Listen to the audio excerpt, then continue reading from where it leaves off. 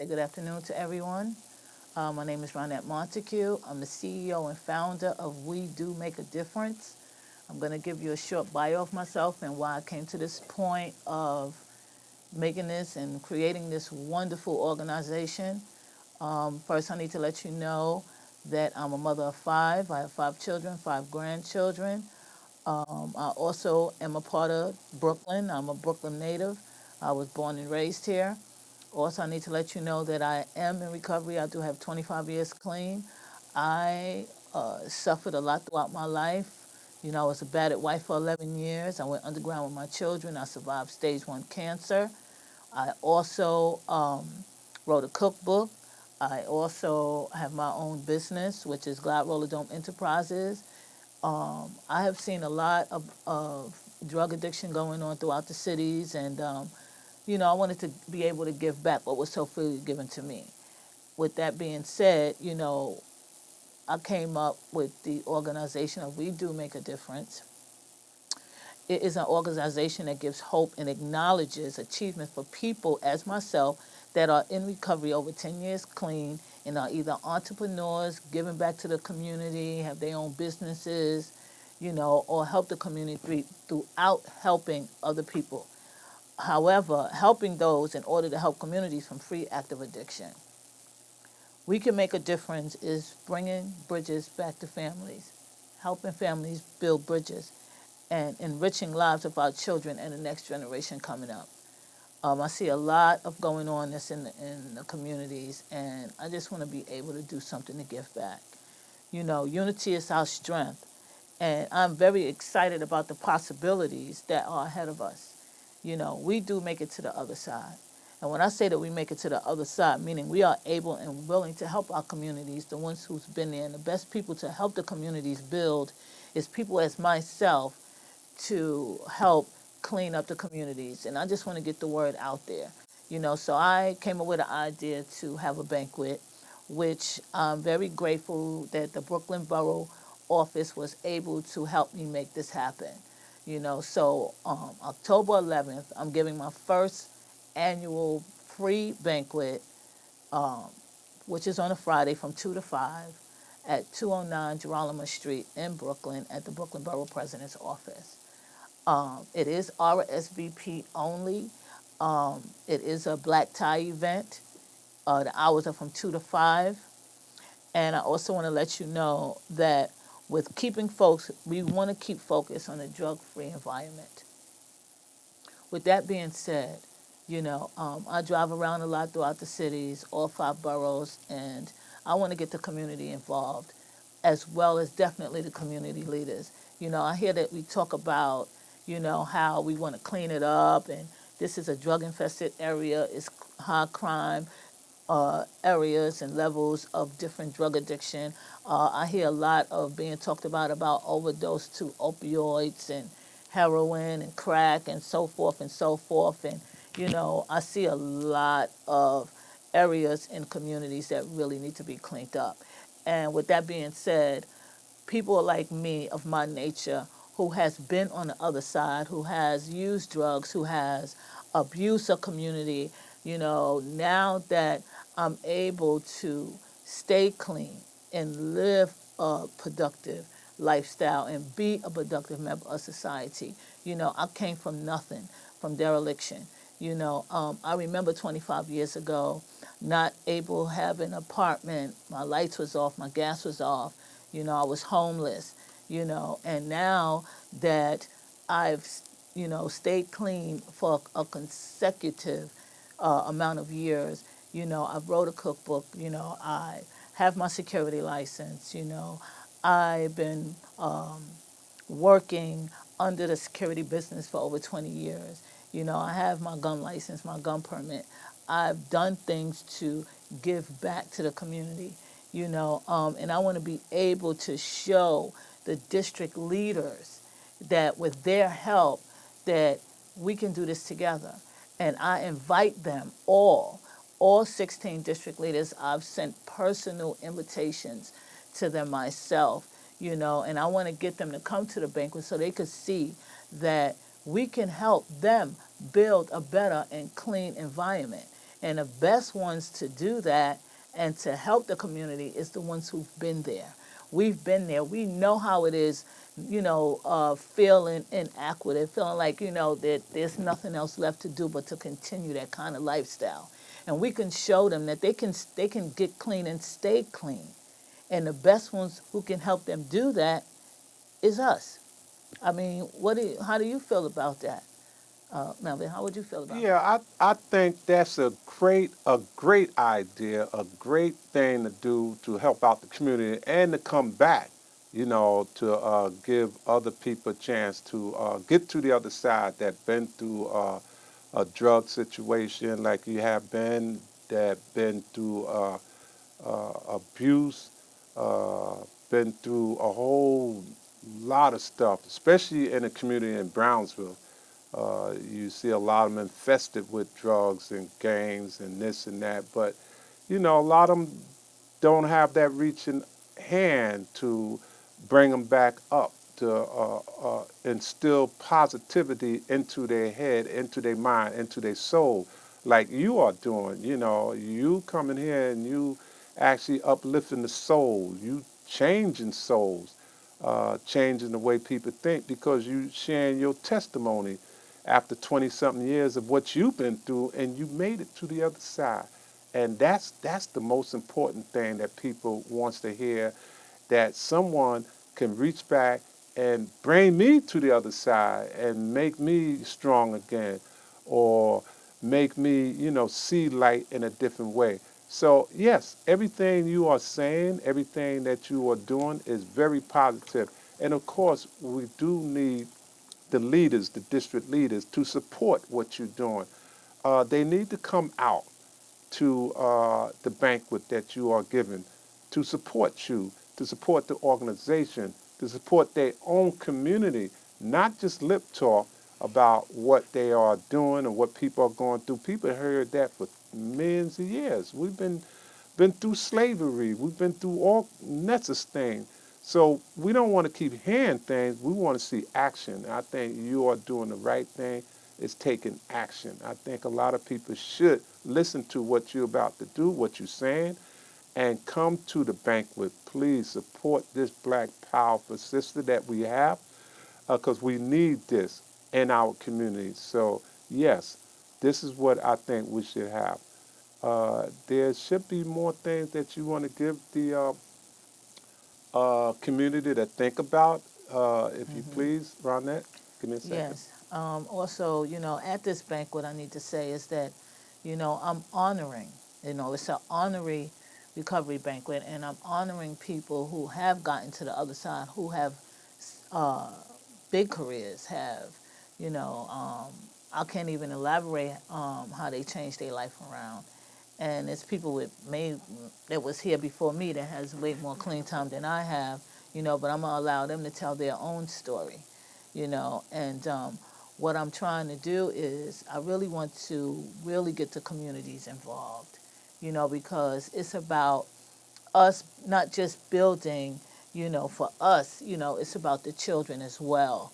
We have to stop this epidemic of opioids and drug use, and as they talk about fentanyl and oxycodone, and these prescription medications that are killing our people and also killing our children.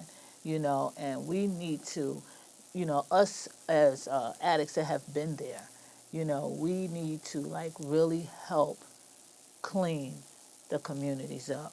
I'm talking about not just Brooklyn, all five boroughs. I'm honoring people from each and every single borough, because we want to come together to show them that we can do this together. It's about unity. Unity is our strength. I need to say, when I was out there using, you know, I was a battered wife. I would come home from work, or I was 15 minutes late, and I would get punched in my face. I remember being almost killed, by my ex-husband, and I turned to drugs thinking that that was a safe way out. And I need to tell you that it's not. You don't have to continue to live like that. Yes. So as you'll see that this is the emotional situation because what she experienced, what she been through, but she still have the strength to reveal this testimony to y'all out there and for y'all to come and support her because these are things that we need. We need this type of information, this type of support. We need strong leadership into our community. And for this sister to come out to share what she's been through is very powerful. It's very powerful. So please, I'm asking y'all to come out to the banquet, support this sister, support your neighborhood, especially all the leaders that say they want to help. This is your chance to help out. So please come out, help out. And I'm pretty sure Rhonda can give you information where she could tell you where you can reach her at, her website, or where she can be contacted at to reach out for her before the banquet.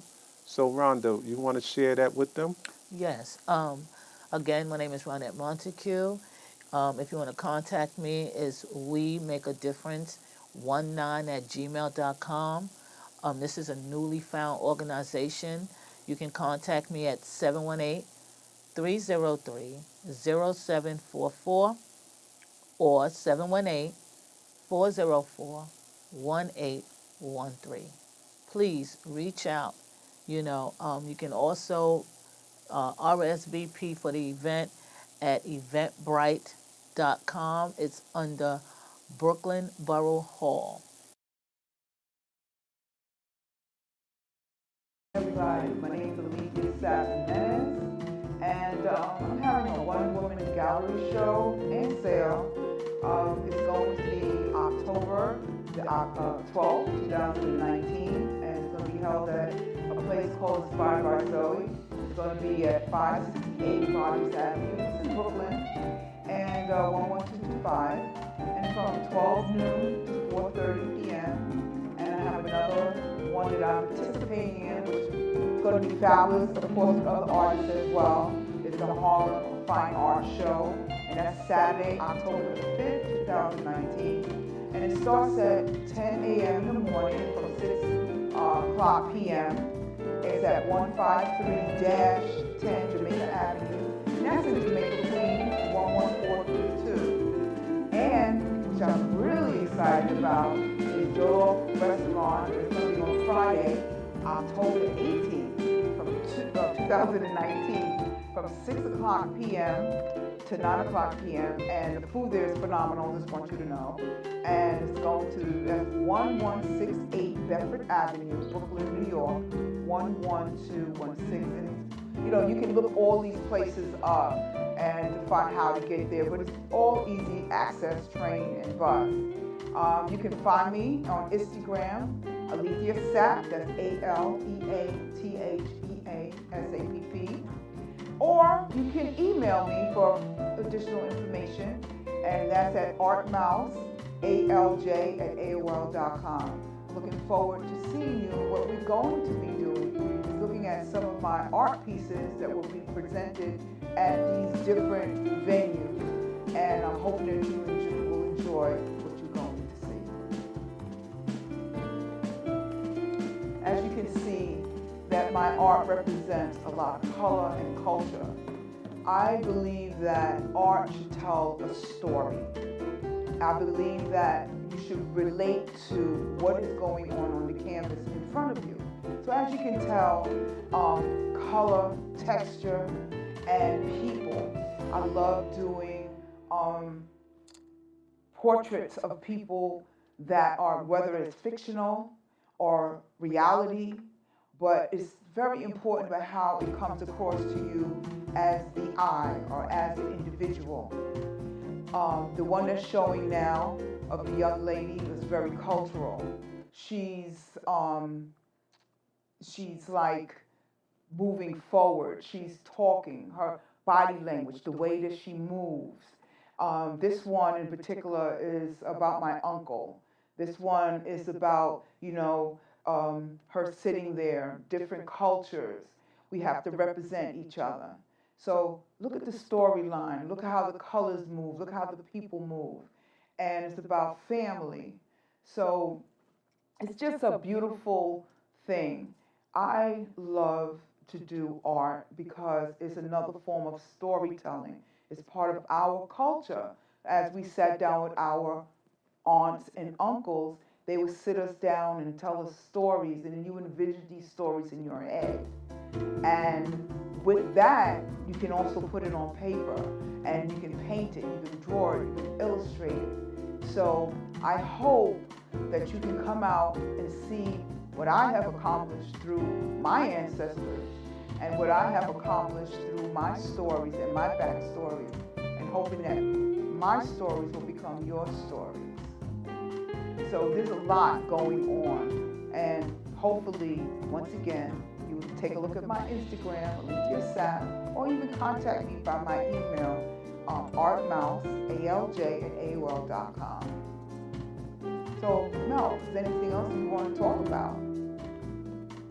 Well, what I was thinking is we had a phone call earlier, and I think it was one of your friends. So she'll be coming up again, where she's going to be asking questions about yourself, about business of art. So very soon we're going to hear from your friend. You can tell the people that she is coming up in a minute, and you can let them know who it is, and then we'll go on to something. Yes, well, like I said earlier, we did receive a phone call from Isis Sapp Grant. She is not just a friend, she is a relative, a cousin of mine, and her father, Floyd Sapp, was one of my inspirations of becoming an artist, along with my sister, Lori, and just the idea of how they told stories through their art and put it on paper and shared it out. Because one thing about that, the questions that were asked about business, it's very hard as an African American woman to get into that flow of earning a living as an artist.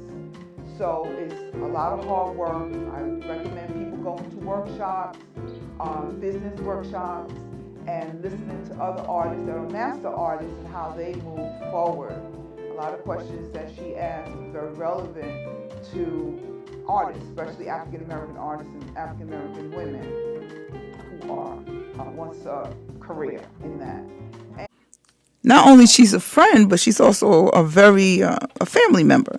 This is Isis Sapp Grant, and she's the daughter of Floyd Sapp, who happens to be my uncle. And Can I ask you, is this live? yes, it is. Oh, okay. Hi. Hi, how are you doing today? I'm good, and yourself. Very proud of you.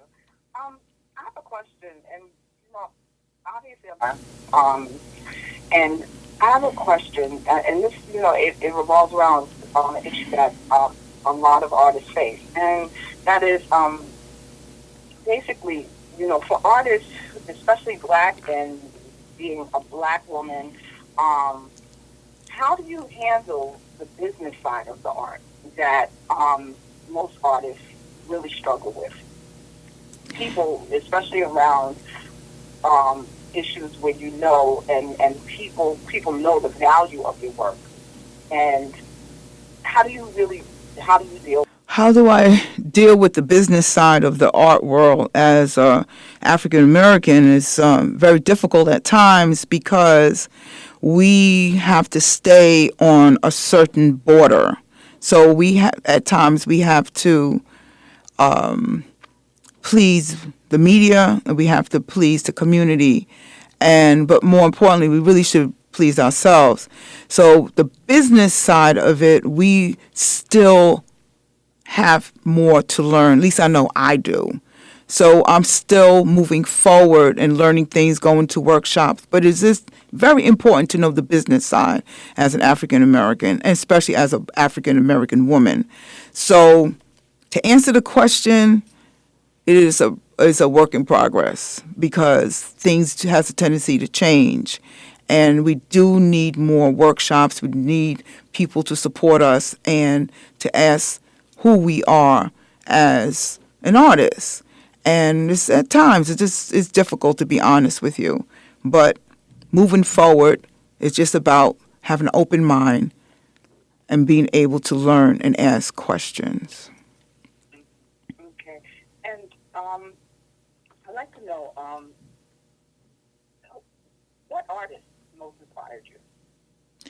Well, growing up in a family of art,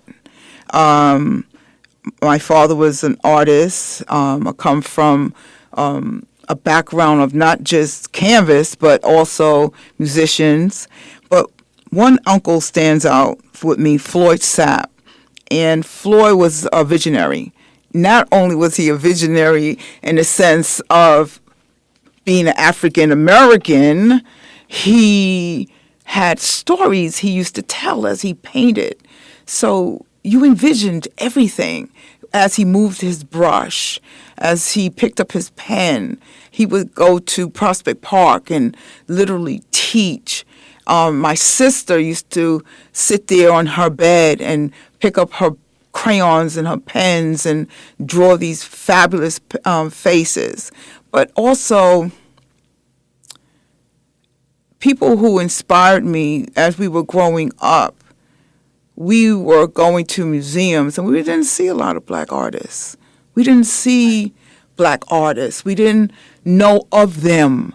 We knew of Picasso and Michelangelo and people like that. So, but as I got older and I started to wonder, I know there got to be black artists out there somewhere that reflect our story. And that's what my uncle Floyd Sapp would do. And it was because of him that I used to go like, who's that?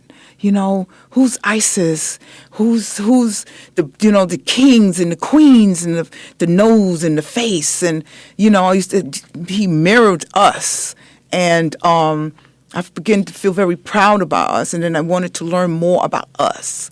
So I have to say that because of Floyd Sapp, and watching my other artists in the family, that I was inspired, and I started, the Black Panther movement. I was that fist, I was to draw that fist, and I was the strength behind that.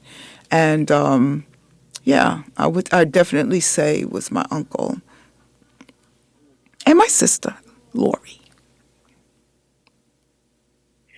Well, can I ask one more question? You sure can. Yes. You mentored a lot of young people to develop their creative talent. What advice would you give to young artists who are feeling discouraged? Keep pushing. Keep pushing.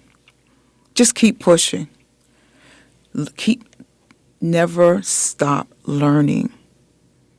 Do everything, because that's what art is. Art is about expression, whether it's the written word, whether it's canvas, whether it's dance. Keep pushing, keep learning. Don't let anybody put you in a box, because once you get boxed in, your creativity will stop. So, and I do have another question. How would you describe your type of art? Because I'm seeing you cover a lot of different genres, and how would you describe it? If you had to self-describe your type of art, how would you describe it? My art is a form of awakening, storytelling. My art is a form of awakening. When you look at my art, I don't want you to see me. I want you to see you. So it's an awakening of yourself, your story, your walk. That's what my art is about. It's not about technique. It's about passion. and the story that comes before it.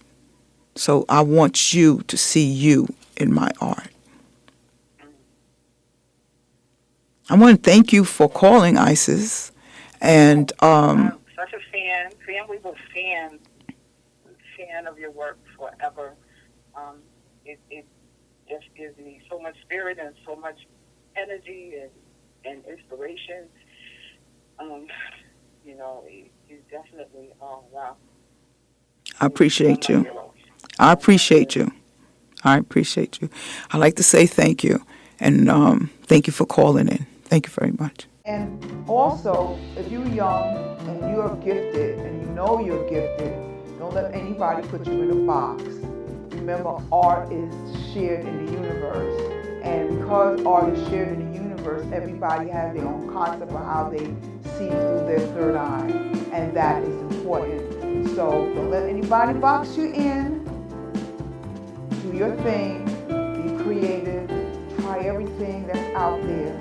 Like, I got started when I was young, and just watching family members, looking at different way how people move, going to museums, even though sometimes, and it did not reflect me, but I knew there was people like me out there that wanted to be part of the creative way the earth moves.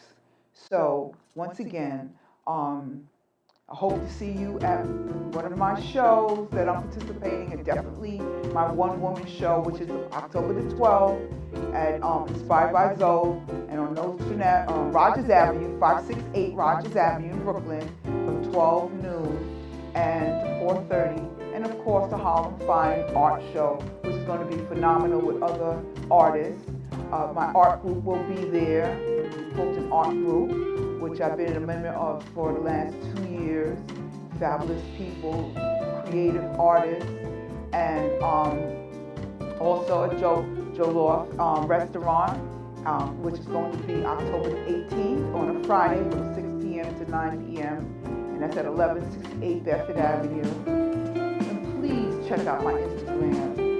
My name is spelled ALEATHEA SATB. And it's just been a great pleasure being here and being able to talk about why I do art and how I feel about it and how it helps people to mend and how art is the greatest therapy in the world for anybody. You can speak any language in the world, but you can put something on a paper and people get it, they understand it. And it's just a fabulous thing to be blessed with. All